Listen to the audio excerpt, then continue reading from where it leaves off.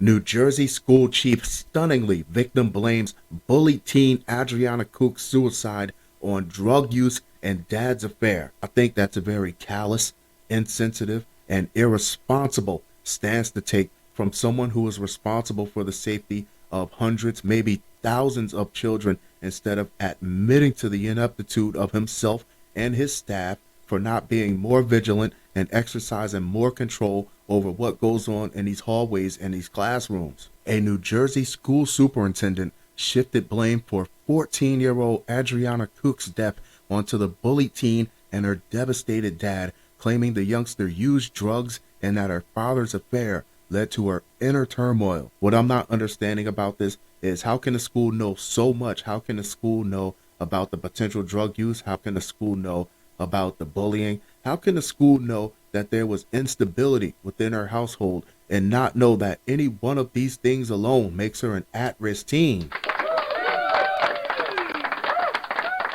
Listen, you can't stop her father from sleeping around, but if you can help her get a handle on the drug use or the bullying, maybe both, and let her know that there's someone out there that doesn't want to see her fall by the wayside, maybe this young girl is here with us today. When asked what school services were provided to Adriana before she took her own life days after she was beaten at school, Superintendent Triantafillos Parlapanides babbled on about the grieving family's private pain. Her father was having an affair at the end of her 6th grade, just spilling all the tea. Her father married the woman he had an affair with and moved her into the house. Parlapanides, superintendent of Central Regional High School in Berkeley Township, wrote in an email to the Daily Mail. This ain't the real, this ain't the talk. I don't want to hear about no gossip, no dish, or no tea.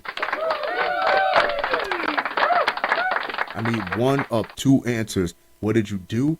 What are you doing? And what are you going to do? Either that, or I want to hear about your resignation. Her grades and choices declined in 7th and 8th grade.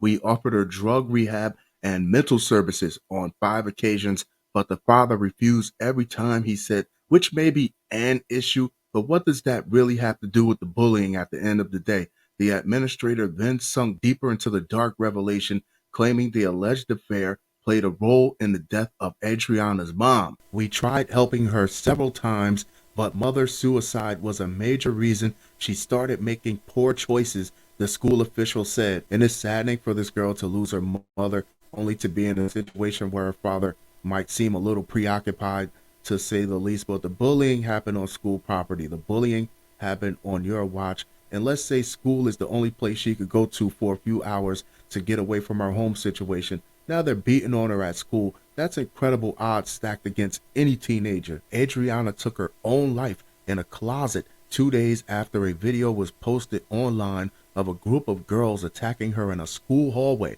February 1st, hitting her with a water bottle, that's assault, and taunting her as she walked with her boyfriend. The superintendent's comments came after he appeared to defend the school and possibly the bullies who beat Cook in a Facebook post. There are two sides to every story, and when was the last time you were at Central?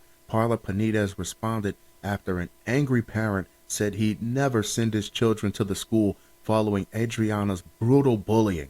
Not only is this man not fit to be in charge of all these children, he's just a horrible individual.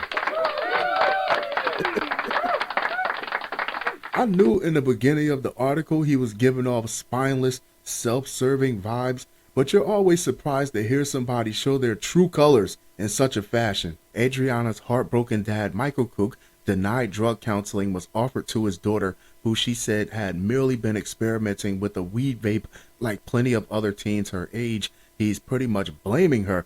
Cook told the Post in response to the superintendent's statements, "My daughter was attacked in your school and you did nothing, and now you want to blame this on everyone else except yourself because you failed and you suck at your job." He railed, "You should probably resign and maybe even become a greeter at Walmart.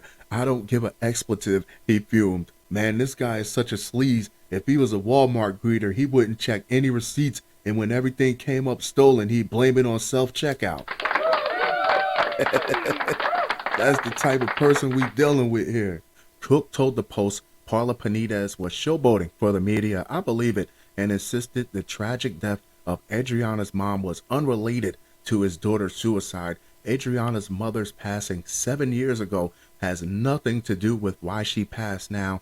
Kuch said one thing has nothing to do with the other. Kuch said he met with Parlapanides on Monday, but the superintendent declined to discuss the events leading to Adriana's death, insisting instead they talk about his son Ethan's integration back to school. I said I'm not expletive here to talk about my son Ethan. My daughter is dead. While the expletive when I talk about him right now, he recounted. This guy has to be gearing up for politics because he only gives you answers for questions that you didn't ask. And an attempt to make you mad, and then when you blow up at him, he immediately ends the conversation. Kuch, who has previously criticized school officials for failing to protect his daughter, acknowledged the teen's mother had battled addiction and died tragically in 2015. Earlier this week, Parlapanides defended the school's decision not to call police after Adriana was beaten, saying it was against school policy. How? They assaulted this girl and they used an object to assault her. That's aggravated assault, and insisting the bullies involved were suspended and would have suffered a double whammy if educators called cops. They need to get that guy out of there immediately because that girl was assaulted and law enforcement should have been involved. A suspension for these kids is nothing more than them just being home, playing on a computer and watching TV for a few days. This is how bullies thrive, through inaction, little or no consequences.